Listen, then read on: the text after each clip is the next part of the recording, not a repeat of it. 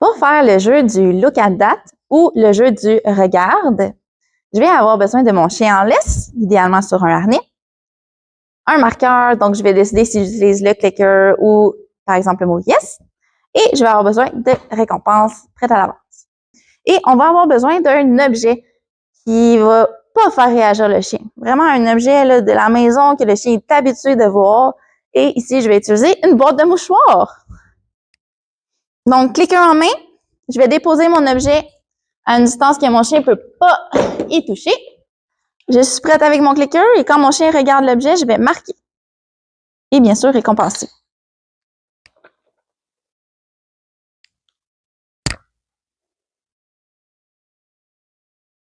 C'est sûr qu'en ce moment, mon chien fait dos à l'objet, c'est un petit peu plus difficile pour lui, fait que je peux me déplacer.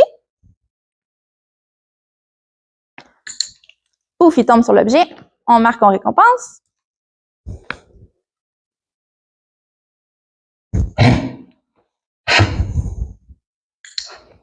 Mon chien.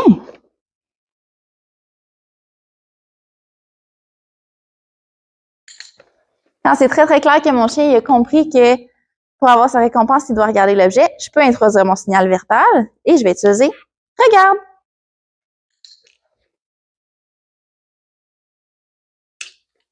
Regarde. Super, beaucoup mieux. Là, il a vraiment compris que c'était de regarder, non pas interagir avec l'objet. Regarde.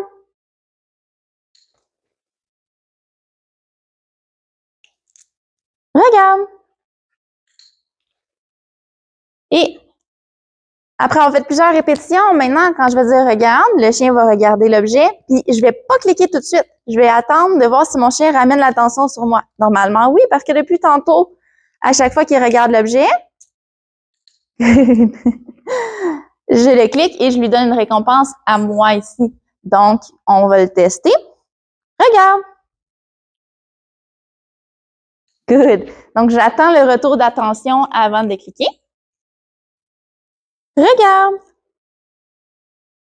Super. Good job.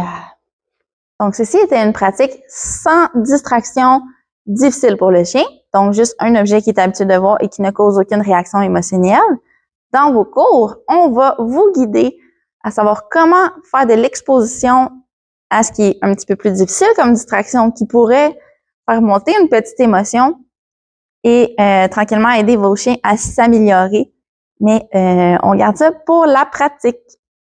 Donc, après avoir travaillé avec un objet qui ne provoque pas de réaction émotionnelle chez votre chien, dans vos cours, vous allez pouvoir pratiquer sous supervision de vos éducatrices des petites expositions à des distractions qui sont un petit peu plus difficiles pour votre chien et laissez-nous vous guider vers une belle progression positive.